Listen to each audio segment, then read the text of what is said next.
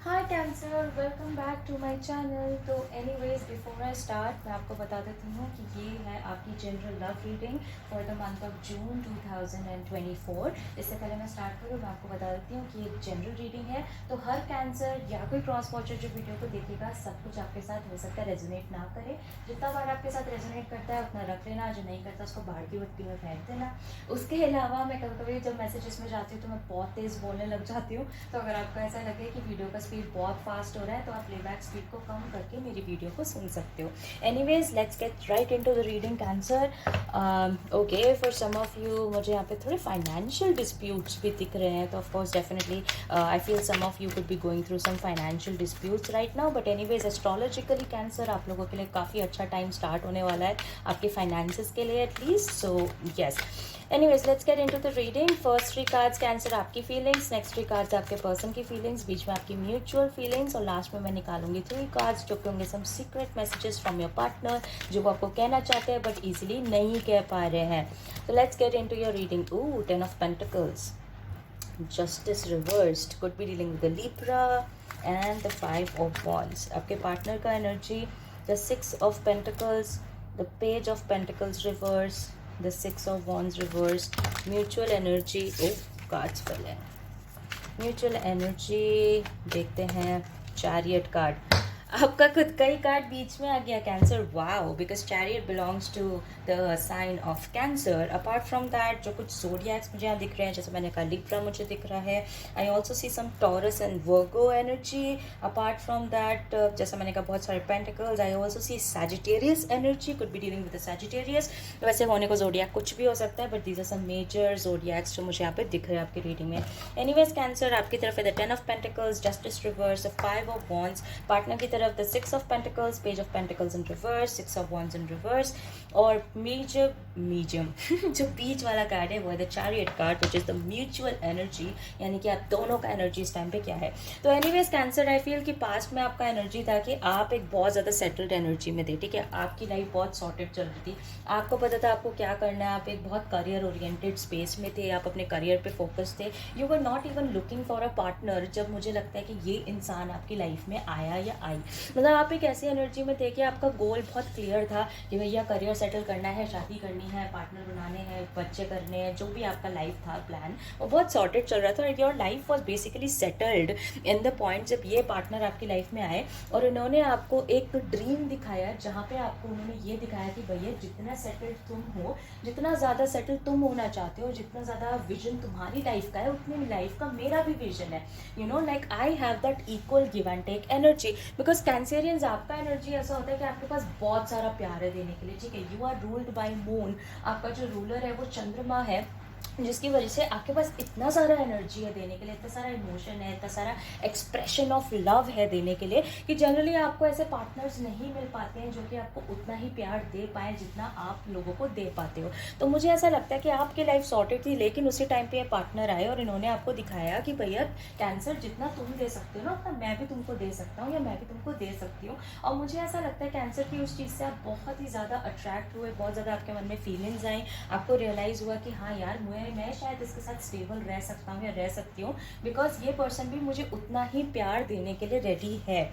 Current situation, but मुझे ऐसा लगता है कि ये पर्सन चले गए हैं पेज ऑफ पेंटिकल्स रिवर्स की एनर्जी में। For some of you this could be a no contact zone. कुछ लोगों के साथ मुझे ऐसा भी लग रहा है कैंसर के आपके और आपके पार्टनर के बीच में कुछ फाइनेंशियल इश्यूज भी चल रहे हो सकते हैं, कि एक पर्सन है जो बहुत ज़्यादा पैसे सेव करने पे रहता है, एक पर्सन है जो पैसे उड़ाने पे तुला पड़ा है, कभी अपने ऊपर, कभी ज़बरदस्ती अपनी फैमिली के ऊपर, किसी के इन लॉज भी बीच में, मुझे ऐसा फीलिंग आ रहा है कि हो सकता है किसी के इन लॉज भी बीच में बहुत ज़्यादा इंटरफेयर कर रहे हैं, जहाँ पे वो आपके हस्बैंड के सारे पैसे खा रहे हैं या आपकी वाइफ के सारे पैसे खा रहे हैं और आपको उस चीज़ से प्रॉब्लम हो रही है। That could be there, but anyways for most of Cancerians मुझे ऐसा लगता है कि maybe it's a no contact zone again. अभी वैसे मैंने स्कॉर्पियो का रीडिंग किया था, उसमें मुझे नो कॉन्टैक्ट जोन मिला था, तो if you are dealing with a Scorpio definitely you should go go and watch that video.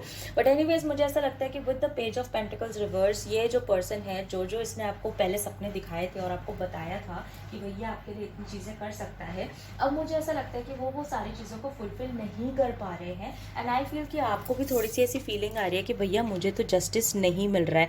आपको ऐसी फीलिंग आ रही है कि यार this is not what I wanted, this is not the sorted life that I was looking forward to. मुझे इससे ज़्यादा sorted चाहिए थी, या मैंने जो अपने माइंड में एक लाइफ इमेजिन करी थी, अभी मुझे वो दे ही नहीं पा रहा। तो I feel most of the times cancer, शायद आपके रिलेशनशिप में ऐसे फाइट्स हो रहे हैं जहाँ पे आपको ऐसा लग रहा है कि यार तुमने कुछ एक्सपेक्टेशंस क्रिएट करी, तुमने बोला कि तुम ऐसा करोगे, तुम वैसा करोगे, तुम स्टार्टिंग में ऐसे थे, पर अब तुम चेंज हो चुके हो और अब तुम मुझसे बात भी नहीं करते हो, तुम मुझे टाइम नहीं देते हो, तुम मेरे साथ ठीक से नहीं रह रहे हो, तुम बिना बात के मेरे साथ आर्ग्यूमेंट्स कर रहे हो। तो आई फील कि उस चीज़ की वजह से ना आप दोनों के बीच में काफ़ी ज़्यादा डिस्प्यूट हो रहा है, क्योंकि ये बंदा थोड़ा अवॉइडेंट नेचर का है या लड़की है जैसा भी। क्योंकि मुझे ऐसा लगता है ये जो पर्सन है ये आपके साथ डिफ़िकल्ट कॉन्वर्सेशंस नहीं कर पाते हैं। जैसे आप इनको बता रहे हो कि ये चीज़ आपको अच्छी नहीं लगी है या ये चीज़ से आपको हर्ट हुआ है, तो मुझे ऐसा लगता है कि ये पर्सन बस या तो उस कॉन्वर्सेशन से उठ के चले जाते हैं, या आपसे बात नहीं करते हैं, फ़ोन कट कर देते हैं आपके मुंह पे, कहते हैं मैं बात नहीं कर सकता, बात नहीं कर सकती, या मेरे को मत बोलो, ये सारी चीज़ें। तो आपको ऐसा लग रहा है कि यार मेरे को जस्टिस नहीं मिल रहा है, मेरे साथ सही नहीं हो रहा है, this is not what I deserve, you are constantly getting that feeling, right? Now I do actually have a sad news for you Cancer, because at least according to current energies, जो future energy मुझे दिख रही है वो है आपकी तरफ है the 5 of wands और आपके पार्टनर की तरफ है the 6 of wands reverse। मुझे ऐसा लगता है कि फ्यूचर में कैंसर आपका एनर्जी कुछ ऐसा हो जाएगा कि क्योंकि आप चंद्रमा से डिनोट होते हैं, तो कभी कभी आपके अंदर काफ़ी ज़्यादा कन्फ्यूजन क्रिएट हो सकता है और आपको ऐसी फीलिंग आ सकती है कि यार हम प्रैक्टिकल डिसीजंस नहीं बना पा रहे हैं एंड वी नीड हेल्प। तो ऐसा हो सकता है कि आप अपने फ्रेंड्स के पास जाओ, या फॉर सम ऑफ यू आप अपने पेरेंट्स के पास जा सकते हो, जिसके पास भी आप जाना आप प्रेफर करते हो। आप उस इंसान के पास जाओगे, आप उसको बोलोगे कि यार मेरी हेल्प कर दो, मेरे को बताओ मुझे क्या करना चाहिए, ये सारी सिचुएशन चल रही है, how do I handle it. And I feel that too many people are going to spoil the broth. तो पहला एडवाइस तो मेरा कैंसर आपके लिए ये है कि प्लीज़ प्लीज़ प्लीज़ एक से ज़्यादा इंसान के पास अपनी सिचुएशंस को लेके मत जाना। कोई भी एक बंदा ऐसा पकड़ लो जिसके ऊपर आप बहुत ट्रस्ट करते हो, आपकी मम्मी हो सकते हैं, पापा हो सकते हैं, बेस्ट फ्रेंड हो सकते हैं, कोई भी पर्सन हो, कोई टैरो रीडर हो सकता है, अगर आप थेरेपी लेते हैं तो आपका थेरेपिस्ट हो सकता है, would be any person XYZ, but एक इंसान चूज करना और उसके पास जाना, because this energy can be prevented. क्योंकि देखो कैंसर प्रॉब्लम इस टाइम पे आपकी तरफ दिख रही है, तो मैं आपको एडवाइस दे सकती हूँ कि कैसे आप इस चीज़ को ठीक भी कर सकते हो।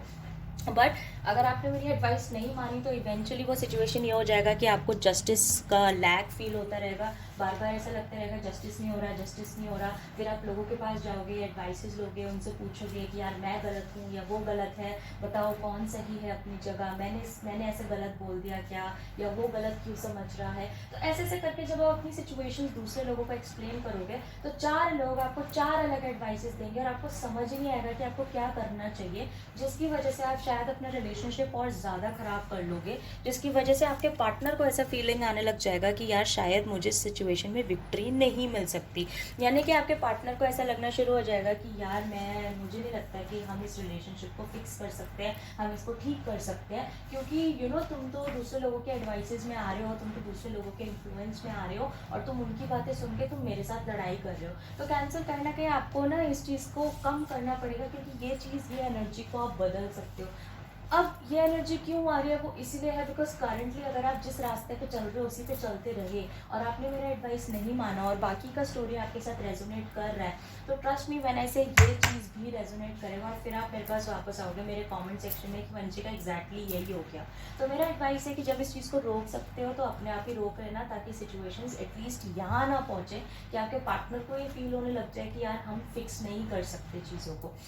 बाकी एनीवेज जो आपकी करंट एनर्जी या म्यूचुअल एनर्जी वो है द चैरियट कार्ड। मुझे ऐसा लगता है कि आप दोनों ही एक ऐसी सिचुएशन में हो जहाँ पे आपको समझ ही नहीं आ रहा कि आपको जाना किस तरफ चाहिए, बिकॉज आप दोनों ही ऐसे एनर्जी में हो, दिस वे और दैट वे, कहाँ जाना चाहिए, क्या करना चाहिए, कुछ समझ नहीं आ रहा है।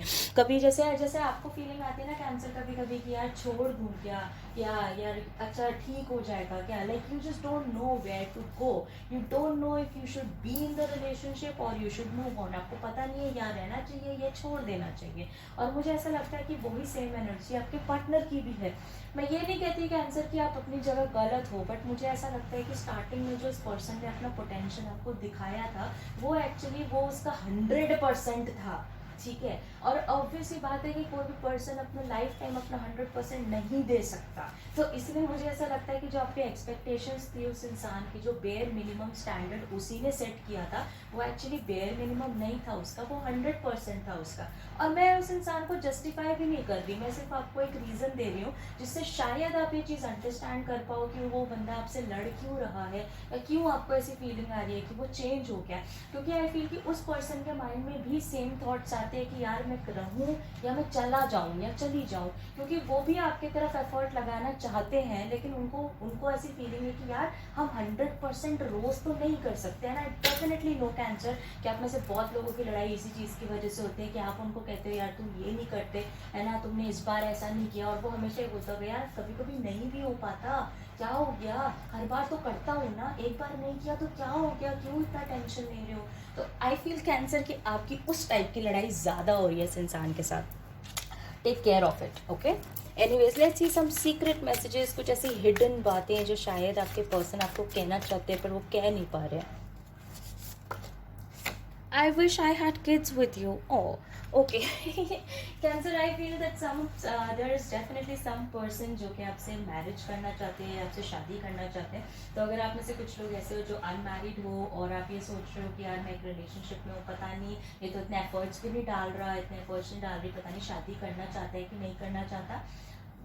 Happily enough I can tell you कि this person also wants a family with you. ये पर्सन भी आपके साथ एक फैमिली बनाना चाहते हैं, चाहे उनके एक्शंस आई फील कि उतने स्ट्रॉन्ग नहीं है जितने आपके हैं, बिकॉज जैसा मैंने कहा कि आप कैंसेरियन साइन हो, you are ruled by moon, आपके जैसे इमोशंस दुनिया में कोई भी नहीं दिखा सकता एक रिलेशनशिप के अंदर, तो ऑब्वियसली वो कहीं ना कहीं उस चीज़ को मैच नहीं कर पा रहे हैं। बट ऐसा नहीं है कि वो आपके साथ एक फैमिली नहीं चाहते या फ्यूचर नहीं चाहते, okay. Next card, I regret leaving you. For some of you हो सकता है कि आप लोग ऑलरेडी एक सेपरेशन में हो, बिकॉज जैसा मैंने कहा मुझे नो कॉन्टैक्ट जोन दिख रहा है। फॉर सम ऑफ यू ये पर्सन डेफिनेटली थोड़ा ऑन एंड ऑफ सिचुएशन में हो सकता है, जहाँ पे वो कभी आपसे बात कर रहे हैं, फिर उठ के चले जाते हैं, फिर आपसे 2-3 हफ्ते बात नहीं करते, फिर वापस आ जाते हैं बात करने के लिए, क्योंकि वो आपके बिना रह नहीं पाते।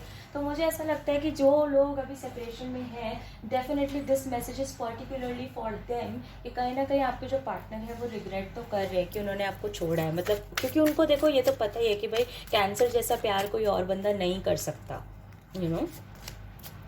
आई will always have your back, wow.